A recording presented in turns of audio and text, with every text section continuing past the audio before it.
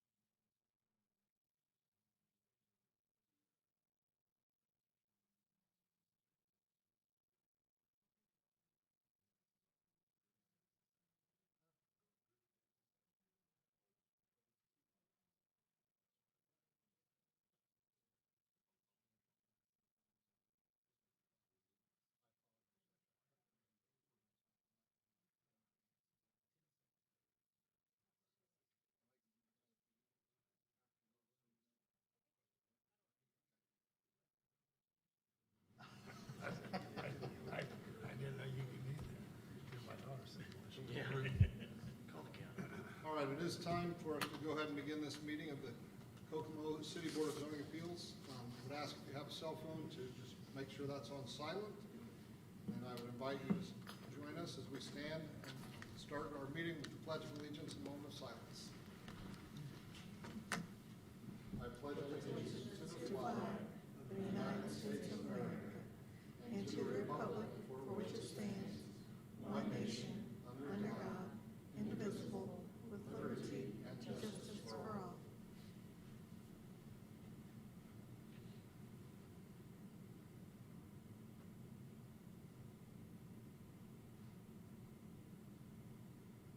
Thank you.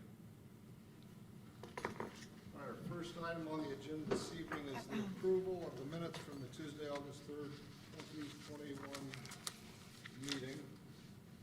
I have a couple of quick corrections, and I've noted them already to the secretary, but I'll throw these out there so you guys know. I apologize. It's easier if I had read these a little bit earlier and got them to Jessica so she could get those out to us. But on page 2, this is very minor, but third paragraph from the bottom, I've already pointed these out to her, but for the rest of the board, Mr. Besser asked Mr. Little what was the depth of the present building, and Mr. Little said that it was 80 deep and approximately 50. So I just asked if she would add the word wide at the end of that paragraph. My second one, I needed to confirm with Mr. Sheeline, but on page 12, start page 12 with the bullet point, and then the 5th paragraph down says Mr. Jansen asked if there were any other questions from the board. There were none. Mr. Jansen asked if there were any questions from the audience, and there were none. The next line is Mr. Sheeline read the next case as follows. So in between those two paragraphs, Jessica will add that we took the vote and what the result was of that vote before we moved on to that next case. So are there any other corrections or additions to the minutes? I'll make a motion to approve the August 3rd, 2021 minutes.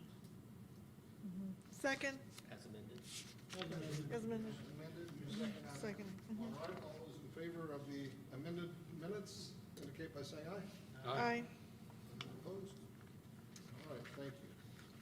Our first case to be heard this evening is case P 14-V-21. Yes, petition of Janet Smith requesting a variance of 10 feet to the subdivision minimum build line in an R3 zone. This is at 1826 Hunters Cove Circle. And I just want to clarify something to the board. There's been a couple of questions. This is not a variance to the covenants. This is a variance to the plat. When subdivisions are approved, they're approved by the plan commission.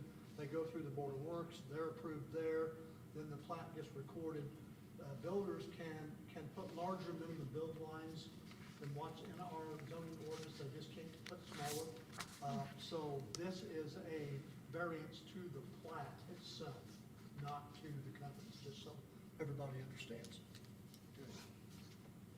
Thank you. And Mr. Stranahan's here to represent the case. Okay, do I have a motion on case P14-V-21? I move that we approve case number P14-V-21 and adopt the findings of the petitioner as those of the board and make those findings part of the record. Second. Okay, thank you both. Have any board members had any ex parte communication on this case? No, sir. Okay, thank you. All right, if you'll step to the mic, give us your name, address, and tell us what brings you here. Hi, I'm Kerry Stranahan, 1536 Fox Haven Drive, and I'm here representing the petitioner, Janet Smith, on this case. The history of these two lots in this subdivision are that Janet Smith, which is my mother, purchased the west lot originally, expecting to be able to build the home on it that she wanted to build. The preferred house, it meets the covenants. It's not overly large. It fits in with the neighborhood. Signed a contract with a builder, had it staked out. Builder came back and said, this doesn't work. There was a few of the dimensions on the west lot are not per plat, and so it wasn't going to fit. There's also a pretty large drop off on the back that was going to be expensive as well. The lot to the east of her was for sale at the time, and she was told by the developer that, or by the builder, she purchased the lot to the east, she could get the house to fit on a combination of the two lots, not needing much of the west lot and putting most of it on the east lot. And that works out well. The west adjoiner is interested in acquiring a portion of the west property, so it was going to work out. She had it staked out again. This time, as it was staked out, it was determined that the swale that's in the backyard is not in the easement at all. The entire swale is south of the easement. And so the location of the proposed house was going to go into the easement, or not into the easement, but into the swale itself. When the swale was built, it was not built in the location that the plat would have indicated that it was. At that point, you have a couple of different options. We could go with a smaller house, which isn't desirable, obviously. We could move the swale and put the swale in the easement, but that causes some potential drainage issues to the property owner to the north, as well as being extremely expensive. And the third option is to move the house south and request a variance from the BZA. We're requesting 10 feet, and I don't know, does the board have the layout that I provided to the Plan Commission? I think you do. Good. That shows the house moved forward to a 25-foot minimum building line instead of the 35-foot minimum building line. And I think what is unique in this situation is, number one, with a house built up to the minimum building line, even if it was at the 35-foot minimum building line, there will not be a house built to the west because there's not enough room in these two lots for two houses to be built, unless the other house was really small, and I don't see that ever happening. But what ends up happening when that moves up to the 25-foot minimum building line, if you draw a line from the front west corner of the east house to the front east corner of the west house, that straight line there, this house is still behind that line, even though it's 10 feet closer to the road, because the road is curved right there. So I don't feel like by moving this to the 25-foot minimum building line that it's going to look out of place. It's going to fall in line with the two houses adjoining it on either side, and I think it meets with the intention of the subdivision, and I think it'll be a positive addition. Thank you very much for the Yep. explanation. Do you want to go ahead and Yes. read your findings of fact, Can. and then we'll have that done? Janet Smith requesting a variance of 10 feet to the subdivision minimum building line in an R3 zone, 1822 and 1826 Hunters Cove Circle, petition P14-V-21. Petitioner's finding of fact is, the approval will not be injurious to the public health, safety, morals, and general welfare of the community. There will be no injuries to any person's health, safety, morals, and general welfare of the Hunters Cove development. The use and value of the area adjacent to the property included in the variance will not be affected in a substantially adverse manner. Neither the lot behind nor the lot to the east will be affected in any adverse manner. Property values for those adjacent lots will increase. Home will be constructed per HOA guidelines. All exterior areas will be brick and pleasing windows and doors. Landscaping maintained by and per HOA guidelines. The strict application of the terms of this zoning ordinance will result in a practical difficulty. This situation will not be self-imposed, nor be based on a perceived reduction of or restriction of economic gain. The problem is caused by the construction of the swale outside of the easement. Construction of the home on lots 9 and 10 will increase value of the adjacent lots. All right, thank you. You're welcome. Any board members have questions for the petitioner at this point? Mr. Schuline, do you mind reading the staff findings? Yes, staff findings for case P 14-V-21, the approval will not be injurious to public health, safety, morals, and general welfare of the community. Petitioner plans to build standard residence on the property. It will not encroach on any easement or property lines. The residence will not block vision or create a traffic hazard. It will not be injurious to the public health, safety, or general welfare of the community. The use and value of the area adjacent to the property included in the variance will not be affected in a substantially adverse manner. The proposed residence will be in line with adjacent homes and will be visually consistent. Infill into currently the vacant lot will improve the value of the area. The strict application of the terms of this zoning ordinance will result in a practical difficulty. This situation shall not be self-imposed nor be based on a perceived reduction of or restriction of economic gain. If the variance is not granted, the petitioner will be unable to build the home and utilize the lot as desired. All right, thank you. Having heard the staff findings in addition to the petitioner's findings, do any board members have any questions? I have a question. Hang tight. Anyone on the board? Okay, at this time, we'll open the floor and ask if there's anyone in the audience who'd like to be heard regarding It's this. about the previous speaker and Okay, so we'll ask you to step to the microphone, state your name and address. my name is Paul Grant. I live at 1776 Valley View Drive South. I am the property owner due north of where the building site is going to be. I've spoken with Janet, told her the covenants requirements, and but I emphasized to her the importance of that swale in the back.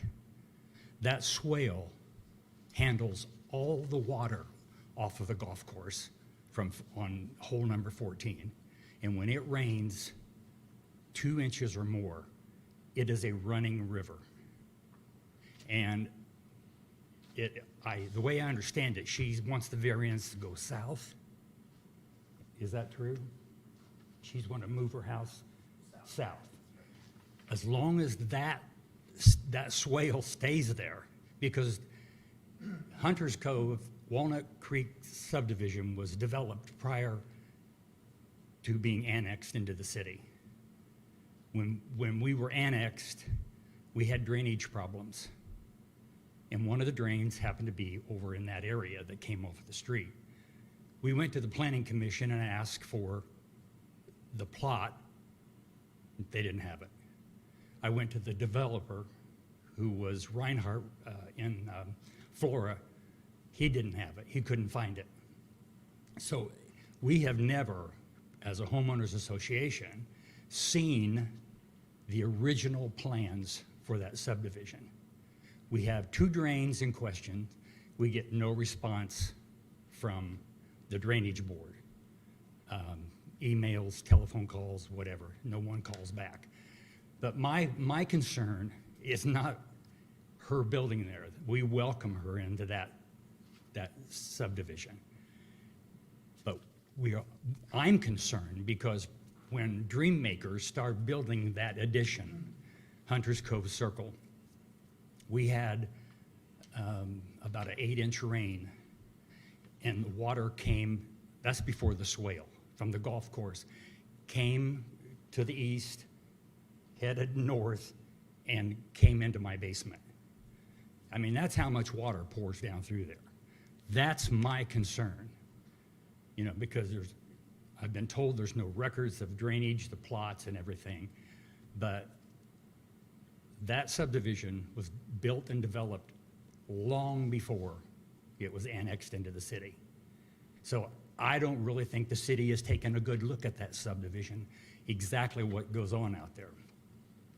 Because we're at the tail end and we're a small group of people. With the addition to Janet's home, it's going to bring us up to 135 homes. And I'm the president of the Homeowners Association, and it's my fiduciary responsibility to speak for these people. I'm actually here speaking for myself and for Tom Rose, because that's going to be heading right for the backside of his house. If that drainage just goes away, that swale goes away, I don't know what's going to happen. I don't believe there's any intention of them messing with the swale whatsoever. That's why they're moving the house to the south, correct? Yes, the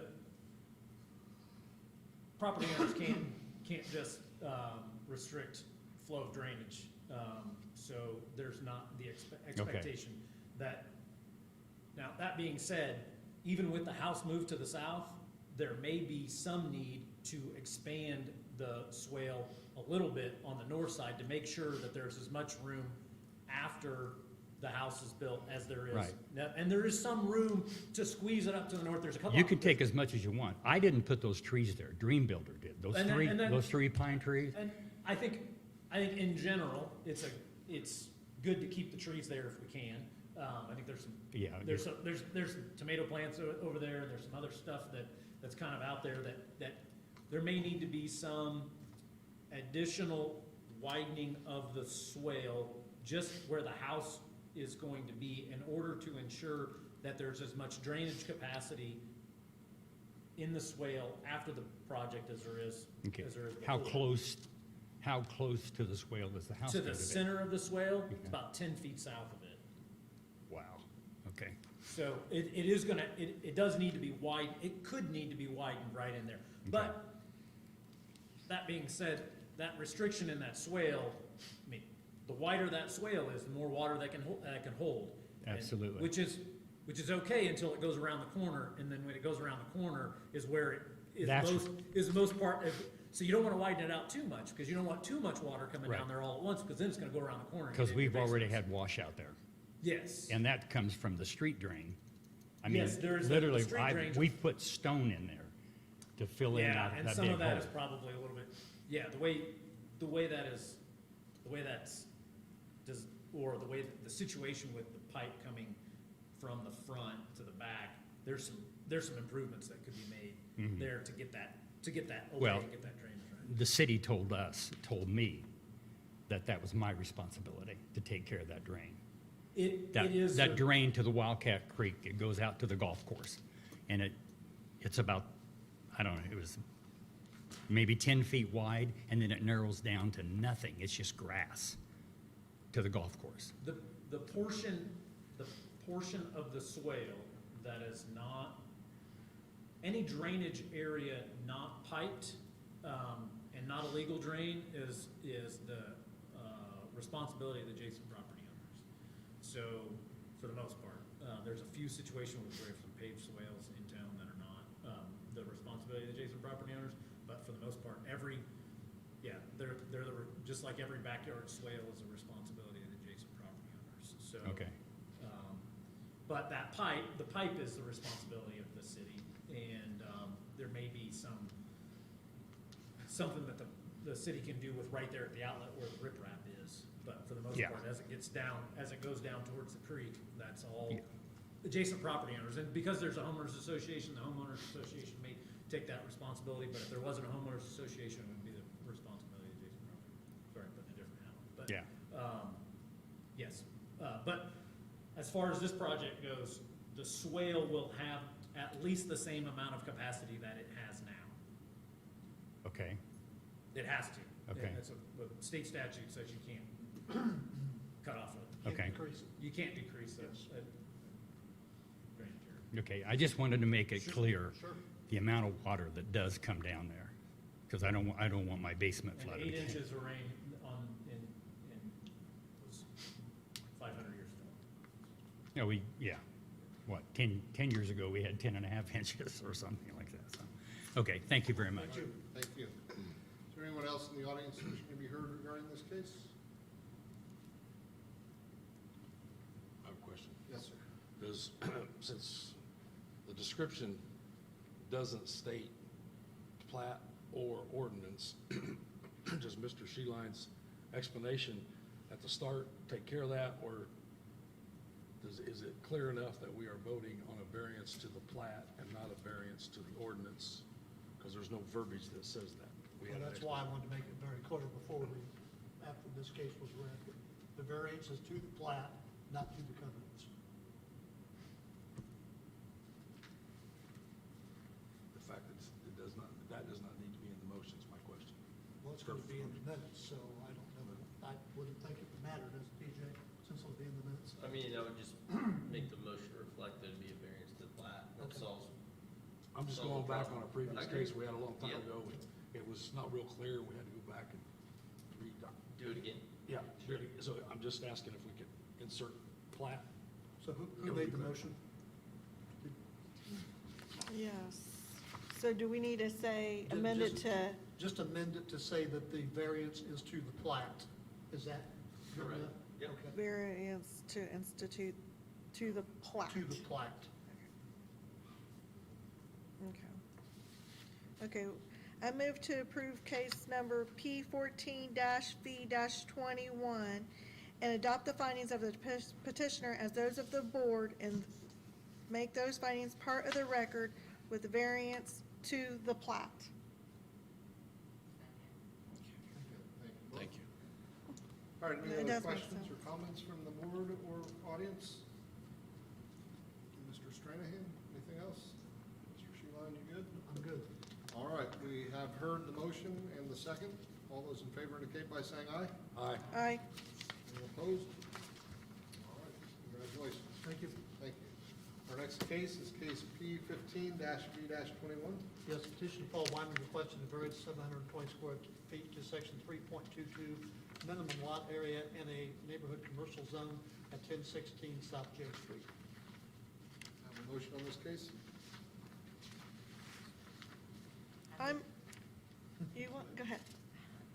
I move that we approve case number P15-V-21 and adopt the findings of the petitioner as those of the board and make those findings part of the record.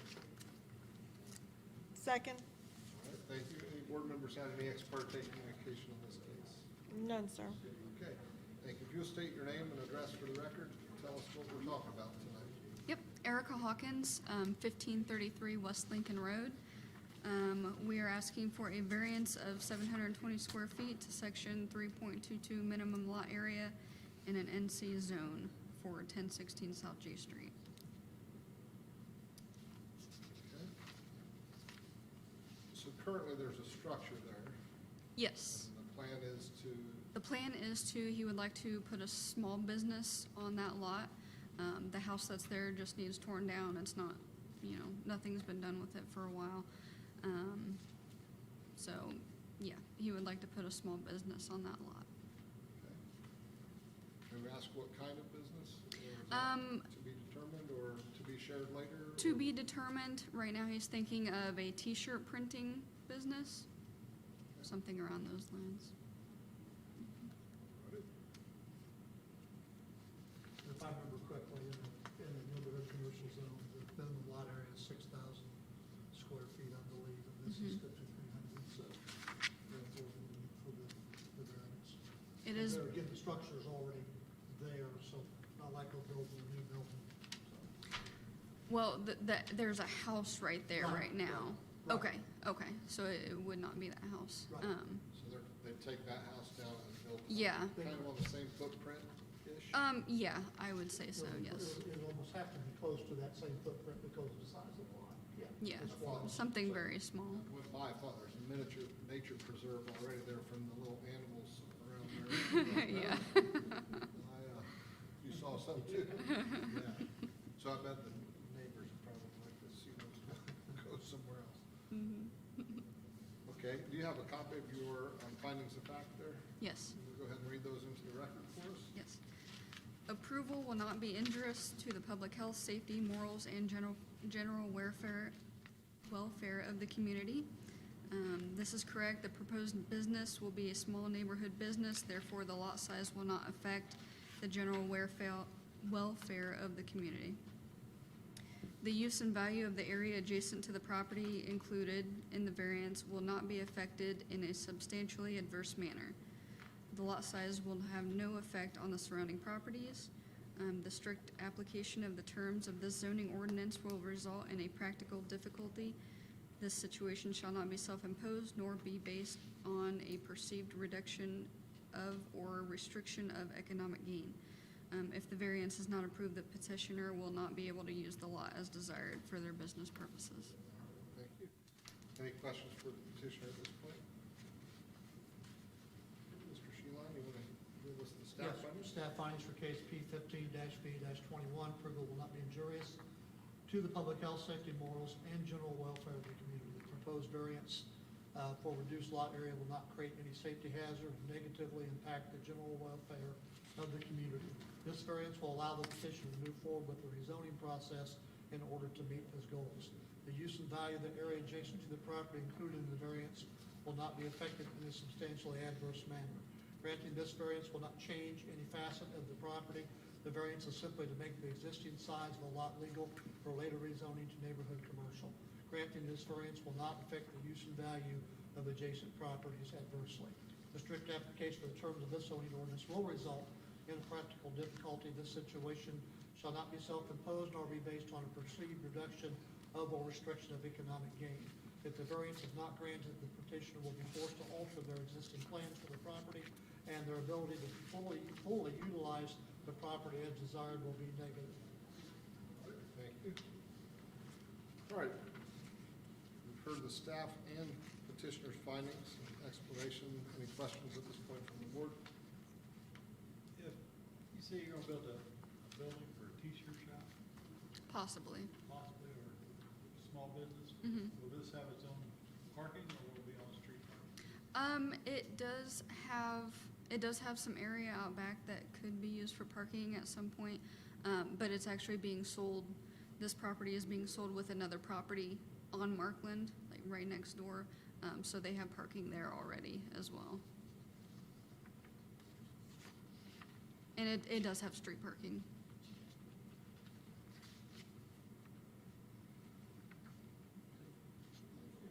Anyone else? Yes, there's no one in the audience wishing to be heard regarding this case. We ran them all off. All right, anything else to add before we take the vote? No, thank you. All right, Mr. Sheehan, anything to add? Nope, I'm good. Okay, we do have a motion for the approval and a second for the approval of case P15-B-21. All in favor indicate by saying aye. Aye. Opposed? All right, congratulations. Thank you very much. All right, is there any other business to be brought before the BZA tonight? No,